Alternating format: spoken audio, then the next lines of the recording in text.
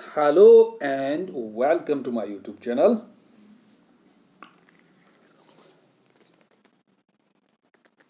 जैसा कि आपको पता है, इससे पहले हमने कुछ स्कीम्स को पढ़ा है, अडॉप्टेशन, फॉस्टर और इंस्टीट्यूशनल केयर। इस वीडियो लेक्चर में आज हम सीखेंगे पहले जो मेडिकल हेल्थ केयर है, जो मेडिकल हेल्थ प्रोग्राम्स है चिल्ड्रंस के रिलेटेड, क्योंकि टॉपिक नंबर 1 चिल्ड्रंस पे है, उनके क्या प्रोग्राम्स हैं इंडिया में वो समझने हैं। उसमें हमारा रह गया था मेडिकल हेल्थ केयर, उसको समझेंगे क्या क्या प्रोग्राम्स है। देन आफ्टर हम समझेंगे चिल्ड्रन एक्ट। ठीक है, चिल्ड्रन एक्ट इंडिया में क्या क्या चिल्ड्रन एक्ट्स हैं वो सब पढ़ने हैं, वो आपको याद रखने हैं। वो मैंने ऑलरेडी आपको पढ़ाए हैं चाइल्ड लेबर में, लेकिन दोबारा से मैं आपको उनका रिवीजन कराऊंगा और कुछ एक्ट्स जो हमने वहाँ छोड़े थे वो यहाँ क्लियर हो जाएंगे। और उसके बाद हम नेक्स्ट में पढ़ेंगे चिल्ड्रन राइट्स, उनके क्या क्या राइट्स है, उनके क्या क्या हुकूक है। ठीक है, तो चलिए पहले हम समझेंगे कि जो मेडिकल हेल्थ प्रोग्राम्स है, मेडिकल हेल्थ केयर, जो बच्चों के लिए मेडिकल हेल्थ रखा गया है उसको हम समझेंगे पहले। ठीक है, देखिए उसके लिए मैंने आपको एक स्लाइड यहाँ पे रखी है, इसको आप समझेंगे, इसको आप याद रखेंगे। नेम ऑफ द प्रोग्राम कौन सा आया था? Reproductive and child health programme आया था 1951। इसका ऑब्जेक्टिव और डिस्क्रिप्शन क्या था, डेट आप याद रखेंगे। देखिए आपके लिए ज़रूरी है जो भी स्कीम्स हैं, इससे पहले जो भी आपके यूनिट्स थे वो सब ने पढ़े होंगे, सब ने समझे होंगे, लेकिन स्कीम्स जो प्रोग्राम्स हैं, स्कीम्स और प्रोग्राम्स ये आपको याद रखने हैं। इनमें कोई ऑप्शन नहीं है याद रखने के बगैर, इनको याद करना है आपको। डेट, ऑब्जेक्टिव, इसका मकसद क्या था, कब आया, नाम क्या था। स्कीम्स से आपके बहुत सारे ऑब्जेक्टिव्स आएंगे। स्कीम्स को मोस्टली स्टूडेंट स्किप करते हैं, ये आपका एक एज पॉइंट बनता है। यहाँ पे मोस्ट ऑफ द स्टूडेंट्स इनको याद नहीं रख पाते हैं। अगर आप इस वाले पोर्शन पे थोड़ा सा फोकस करेंगे 2-3 दिन, यानी इनको याद आप करेंगे 1-2 बार, सीधे इनको याद करना है।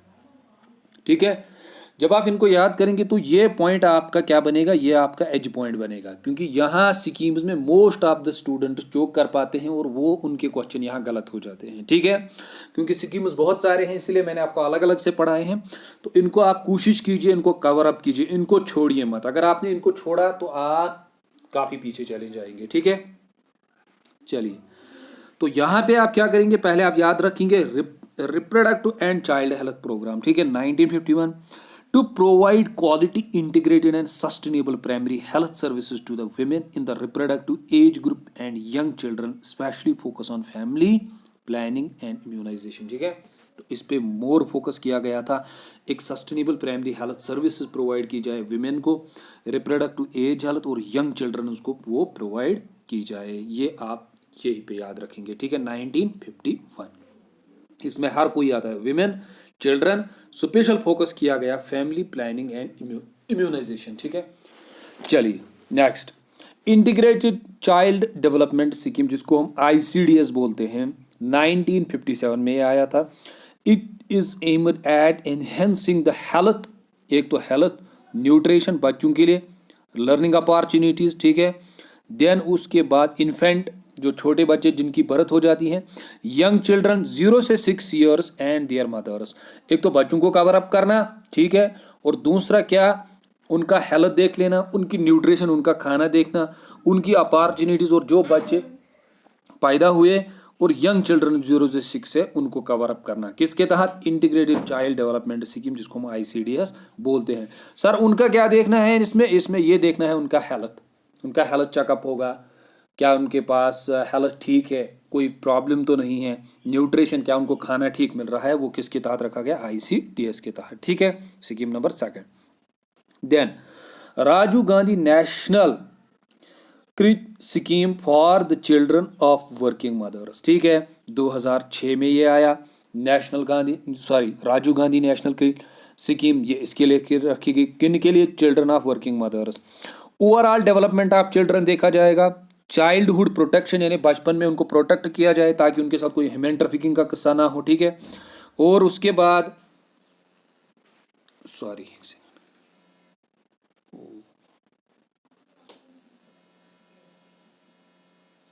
Just second.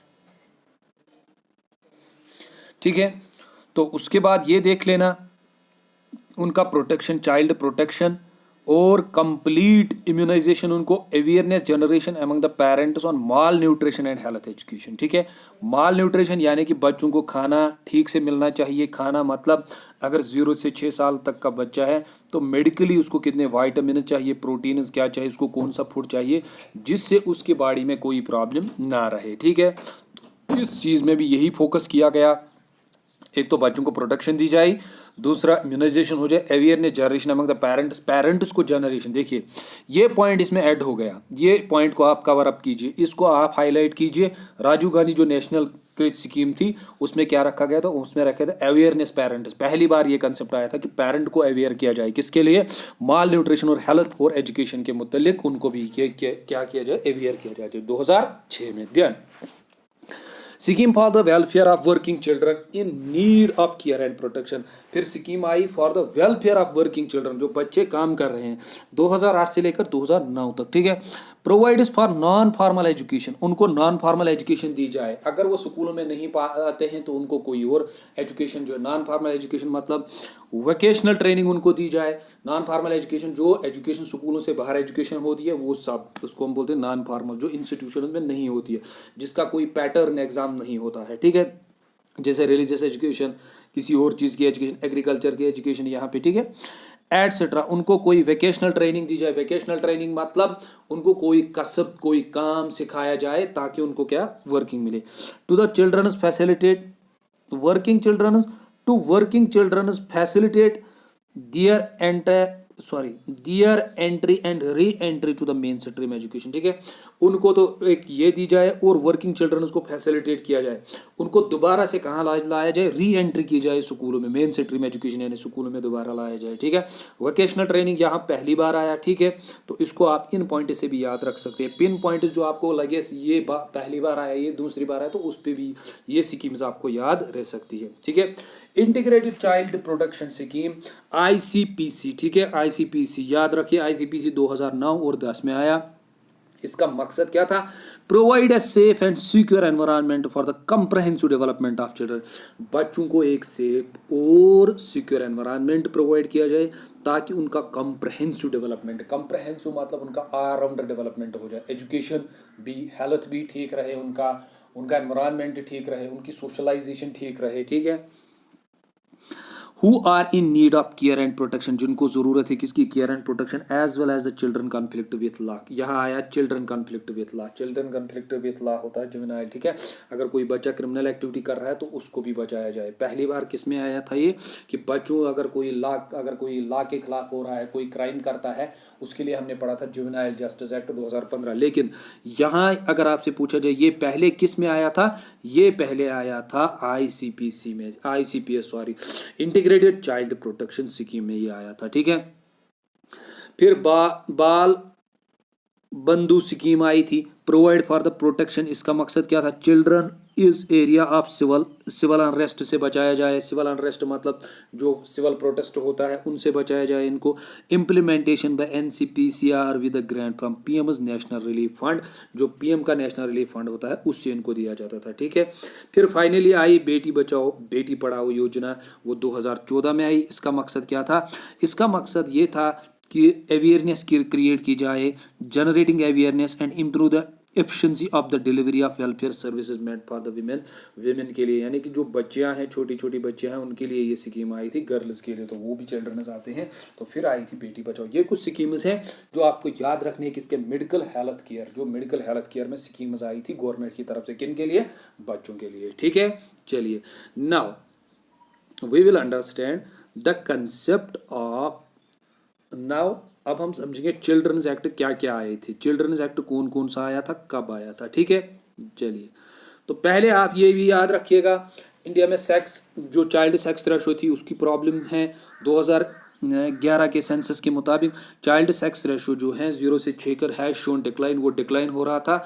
यानी अगर लड़के 1000 पैदा हो रहे थे बॉयज़, लड़कियां कितनी पैदा हो रही थी, 927। ठीक है, 927 खाली लड़कियां पैदा हो रही थी। तो इनका जो सेक्स रेशो है, लड़कियों का सेक्स रेशो, इसी को हम सेक्स रेशो बोलते हैं, इनका सेक्स रेशो गिर रहा था, नीचे नीचे कम हो रहा था। क्यों कम हो रहा था, वो हमने ऑलरेडी पढ़ा, अगर आपको याद होगा लो सेक्स रेशो, सन प्रेफरेंस, बेटे को प्रेफरेंस दी जाती है कि हमें बेटा चाहिए, वो हमारे जो डिसेंट है उसको आगे चलाएगा, खानदान को आगे चलाएगा, प्रॉपर्टी को आगे चलाएगा, ठीक है।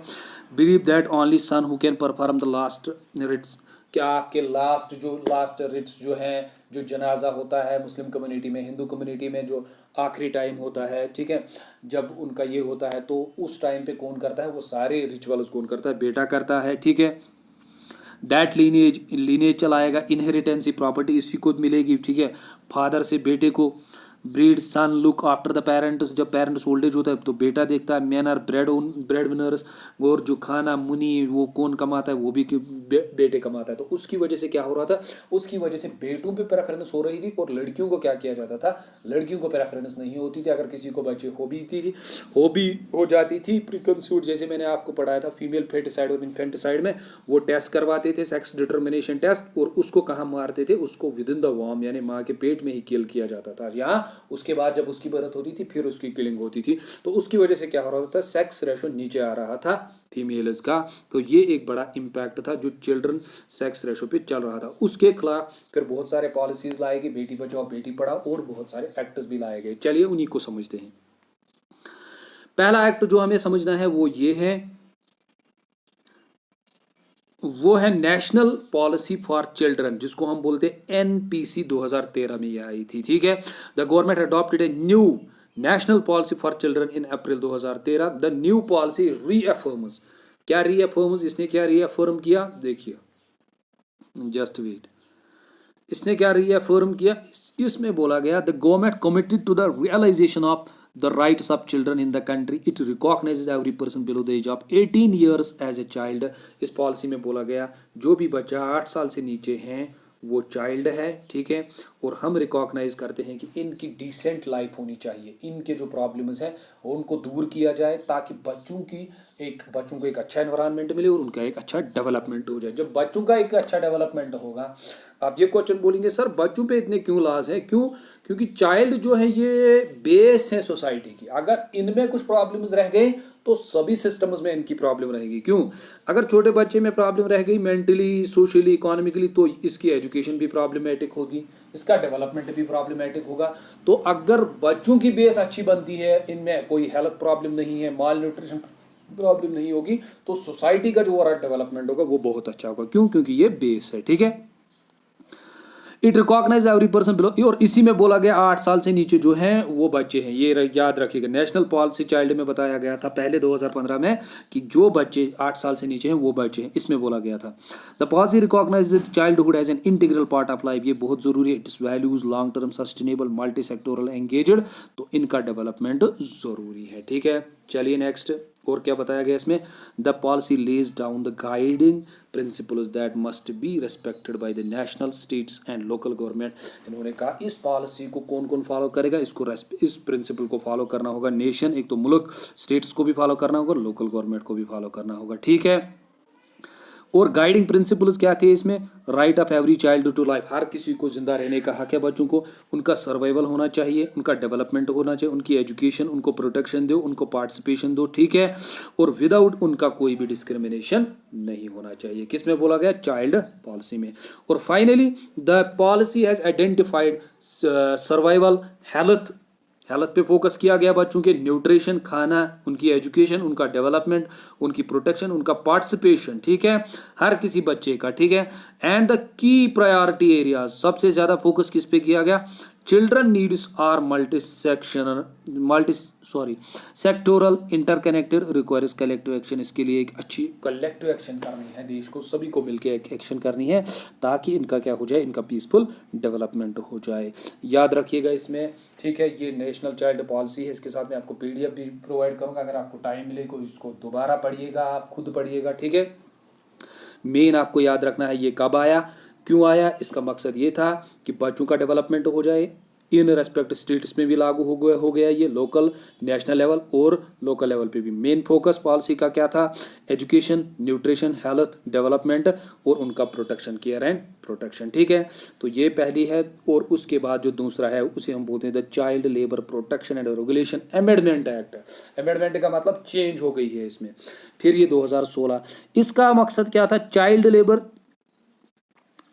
इसने the act seeks to amend, कौन सा एक्ट इसने पहले अमेंड किया था, चेंज किस लॉ को आई थी, child labour protection and regulation act जो 1986 में आया था उसको चेंज किया गया, फिर वो क्या बना, फिर वो बना the child labour protection and regulation act 2016, यानी 1986 में जो एक्ट आया था उसको चेंज किया गया, फिर वो बना 2016 अमेंडमेंट एक्ट 2016, विच प्रोहिबिट्स, इसने प्रोहिबिट किया क्या, the engagement of children in certain types of occupations. पहला एक्ट यही है, अगर आपसे ये क्वेश्चन पूछा जाए कि पहला एक्ट कौन सा है जहां चाइल्ड लेबर बैन किया गया कि बच्चे इन ऑक्यूपेशंस इन सेक्टर्स में काम नहीं कर सकते हैं, वो कौन है, child labour prohibition and regulation act amendment act 2016। कहां कहां काम नहीं कर सकते, देखिए occupation and regulation, the conditions of work of children in other occupations, 1986 act prohibits employment of children below the 14 years, ठीक है, याद रखिएगा।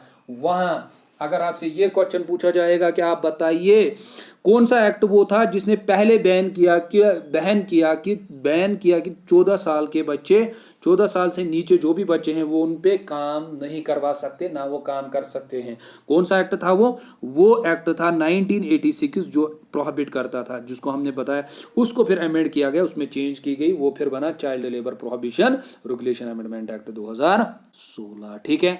अच्छा, कहां कहां काम नहीं कर सकते, ऑटोमोबाइल्स, ठीक है, वर्कशॉप्स जो ऑटोमोबाइल वर्कशॉप्स है, ठीक है। अच्छा, bead making, carpet weaving, handlooms, power loom industry, mines में काम नहीं कर सकते, डोमेस्टिक वर्क नहीं कर सकते, घरों में उनको काम नहीं करवाया जा सकता, ठीक है, एज अ लेबर जो घर में आपके ये लेबर होते हैं, ठीक है, इन सेक्टर्स में ये काम नहीं कर सकते। ये पहले किसने दिया था, इसी एक्ट ने कहा था, ठीक है। और in the light of right of the children to free and compulsory education 2009 the amendment prohibits employment of children below 14 occupations except the child help family after schooling hours. लेकिन फिर क्या रखा गया, जो 2000, अब आप बोलोगे सर हम तो घर में काम करते हैं, फिर 2009 में जो एक्ट बनाया गया free and child free education act जो बनाया गया उसमें बोला गया हाँ बच्चे काम कर सकते हैं स्कूल के बाद, यानी जो फ्री टाइम उनका होता है उसमें वो घर में काम कर सकते हैं, ये भी याद रखिएगा, ये पॉइंट भी, ठीक है। फिर the amendment adds a new category of persons called adolescent, और इस अमेंडमेंट में एक नई टर्म आई थी जिसको हम एडोलसेंट बोलते हैं। Adolescent means a person between 18 and 14। Adolescent वो बच्चा होता है जो 14 और 18 के बीच में है, ठीक है। It prohibits employment of adolescent in इसमें भी प्रोहिबिट किया गया कि ये लोग यहाँ काम नहीं कर सकते, कहाँ, माइनस में नहीं कर सकते, ठीक है। सब हजार्डस प्रोसेसेस जहाँ सबसे ज़्यादा मुश्किल धुएं, मुश्किल गैसेस निकलते हैं, मुश्किल नहीं, मतलब जहाँ हैज़ार्डस गैसेस निकलते हैं जिससे हेल्थ पे इम्पैक्ट पड़ता है, जिससे फिर ग्रोथ नहीं होता है, ठीक है। दो चीज़ें याद रखनी है, एक तो ये प्रोहिबिशन इसी में रखा गया, पहला चाइल्ड प्रोहिबिशन की बिलो द एज ऑफ 14 काम नहीं कर सकता, वो इसी में आया। दूसरा पॉइंट एडोलसेंट टर्म भी इसी एक्ट में आई, एडोलसेंट किसे बोलते हैं, 14 से 18 ईयर्स तक, ठीक है। तो ये हो गया ये एक्ट। उसके बाद कुछ इसमें जो एक्स्ट्रा है वो ये पैसे वैसे वो आप देख लीजिएगा कि मजिस्ट्रेट काम करता है, ठीक है। चलिए फिर पढ़ते हैं PCPNDT एक्ट, जिसे हम बोलते हैं PNPCP, ये हमने किस में पढ़ा था, इन्फेंट चाइल्ड फेटिसाइड में हमने पढ़ा था। तो ये एक्ट क्या है इसको समझते हैं, इसको हम बोलते हैं pre natal diagnostic technique regulation and prevention act of misuse, ठीक है, 1948 PNDT वाज अमेंडेड। ये पहले ये एक्ट था 1940, इसको चेंज किया गया, अमेंड मतलब इसमें तरमीम की गई 2003 में। फिर ये क्या बना, ये बना pre conception pre natal diagnostic technique prohibition of sex selective act, ठीक है। इसलिए आज हम इसका क्या नाम रखते हैं, PCPNDT एक्ट, ठीक है। To improve the regulation and technology used in the sex selective, देखो इसमें क्या किया गया, मैंने आपको अभी बताया sex selective abortion, sex selective abortion या सेक्स सिलेक्टिव टेस्ट्स किए जाते थे। सेक्स सिलेक्टिव टेस्ट्स हमने पढ़ा था फीमेल फोर्टिसाइड में, जब 2 वीक्स हो जाते हैं प्रेगनेंसी के बाद, जब प्रेगनेंसी कंफर्म हो जाती है 2 वीक्स के बाद क्या करते हैं वो लोग, यहाँ 12 वीक्स के बाद वो टेस्ट कराते हैं, अल्ट्रासाउंड कराते हैं कि क्या ये मेल है फीमेल, अगर वो मेल फीमेल होगी तो वो उसको वही किल करते हैं, यानी कुछ दवाई देके उनको वही किल करते हैं।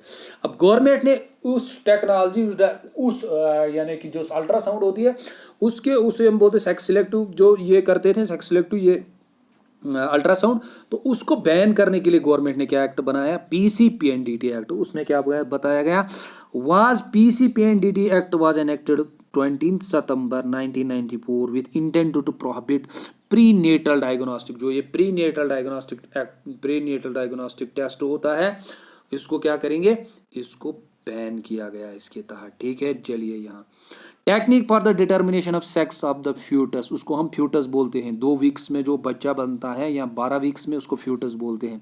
लीडिंग टू फीमेल फेटिसाइड, जिसकी वजह से क्या हो रहा था, फीमेल फेटिसाइड। तो इस ये भी किसकी प्रोटेक्शन है, बच्चों की प्रोटेक्शन है, इसको भी याद रखिएगा। ठीक है, अच्छा उसके बाद इसको बैन किया गया कि कोई भी ये नहीं कर सकता है कि बच्चे प्रेगनेंसी के बाद वो अल्ट्रासाउंड नहीं कर सकते हैं। सर कुछ कर सकते हैं, हाँ, अगर उनको डॉक्टर एलो कर सकता है, डॉक्टर उनको एलो करेगा, उस रिकमेंडेशन बेस पे होती है, लेकिन कोई ऐसे ही नहीं कर सकता, उसको क्या किया गया, बैन किया गया। ठीक है, the act does not offer any escape for earning the radiologist are. ठीक है, तो ये एक्ट भी याद रखना है आपको। फिर कौन सा एक्ट आया, फिर आया उसके बाद हमारे पास और एक एक्ट जिसका नाम है the protection of children from sexual offence act 2012, कि बच्चों को किन चीज़ों से बचाया जाए, सेक्स से, सेक्सुअल अब्यूज से, सेक्सुअल हरासमेंट, सेक्सुअल ऑफेंस से। To deal with the child abuse cases government has brought a special law the protection of children from sexual offence act 2012।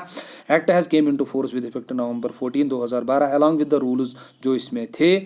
Child age any person below the 18 years of age being gender neutral, this definition provides equal protection both male female children. The act provides the strict punishment अगर कोई भी इस चीज़ में involve हो जाएगा। तो ये term किससे बचाती है, ये एक्ट बच्चों को सेक्सुअल ऑफेंस से बचाता है, ये भी आपको याद रखना है। ठीक है, सेक्सुअल ऑफेंस से, तो ये भी मैंने आपको पढ़ाया था। देन आता है the protection of children from sexual offence amendment act 2019 में इसमें तरमीम की गई, उसमें चेंजेस लाए गए। ठीक है, चेंजेस क्यों लाए जाते हैं, अमेंडमेंट क्यों किया जाता है, क्योंकि फिर नई चेंजेस आती है सोसाइटी में, नए सोशल प्रॉब्लम्स आते हैं, तो पुराने एक्ट को अमेंड करके उस चीज़ को उसमें इंक्लूड किया जाता है। ठीक है, जैसे मैं आपको बताता हूँ टेक्नोलॉजी, क्राइम एक टाइम पे नॉर्मल क्राइम था, लेकिन आज साइबर क्राइम होता है, फोन पे क्राइम्स होते हैं, कंप्यूटर पे क्राइम्स होते हैं, तो उसको चेंज किया गया अब साइबर क्राइम में भी, इसीलिए अमेंडमेंट्स लाए गए जो नई चेंजेस आती है। ठीक है, उससे नए प्रॉब्लम्स आते हैं, नए प्रॉब्लम्स का सोल्यूशन होता है नए एक्ट्स बनाना। Then the protection of children from sexual offence amendment act 2019, इसका मकसद क्या था, वाज पास्ड, इसको पास किया गया था, किसने किया इसको,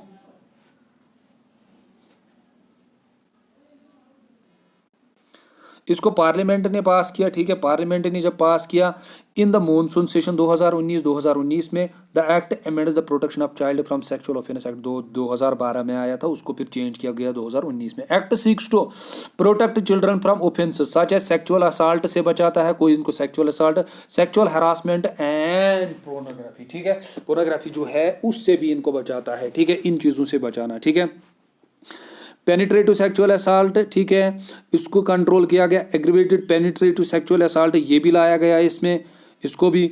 और पोर्नोग्राफिक जो है उस एक्ट को भी लाया गया। अगर कोई बच्चों की कोई न्यूड इमेज अपलोड करता है या उनकी न्यूड इमेजेस लेता है तो वो इस एक्ट में आएगा। ठीक है, वो पोर्नोग्राफिक में आएगा। ठीक है, देन उसके बाद ये देखिए यहाँ मैंने ये लिखा है, यहाँ ये अवेलेबल है, यहाँ आप समझे इसको। तो उसके बाद उसको भी इसमें रखा गया, तो सभी चीज़ों को इसमें रखा गया, यानी ओवरऑल जो सेक्सुअल असाल्ट है बच्चों पे, उनसे प्रोटेक्ट किया जाए। देखिए मॉडर्न सोसाइटी जो है, मॉडर्न सोसाइटी में जॉइंट फैमिली सिस्टम आ गया। जॉइंट फैमिली सिस्टम में रहने के लिए दोनों हस्बैंड एंड वाइफ जो हैं वो काम कर रहे हैं। जब दोनों काम कर रहे हैं तो बच्चे कहाँ रहेंगे, बच्चे जो हैं वो दे रहे हैं प्ले स्कूल। उसको प्ले स्कूल का आपने कंसेप्ट सुना है, प्ले स्कूल, या किसी को घर में रखा जाता है। अब इन पे कोई अपना नज़र नहीं रख पा रहा है, तो उसकी वजह से क्या होता था, जब हम जॉइंट फैमिली सिस्टम्स में रहते थे तो बच्चे, अगर पेरेंट्स दोनों जॉब करते थे तो वो किन के पास रहते थे, ग्रैंड पेरेंट्स के साथ, तो अपनों के पास रहते थे, उन पे नज़र रहती थी। अब ये बच्चे कहाँ जा रहे हैं, ये लोगों के पास जा रहे हैं, तो वहाँ क्या, उसकी वजह से एक इम्पैक्ट आ गया, एक सोशल प्रॉब्लम डेवलप हो गई, जिसे हम बोलते हैं कि बच्चों पे सेक्सुअल असॉल्ट हो रहा है।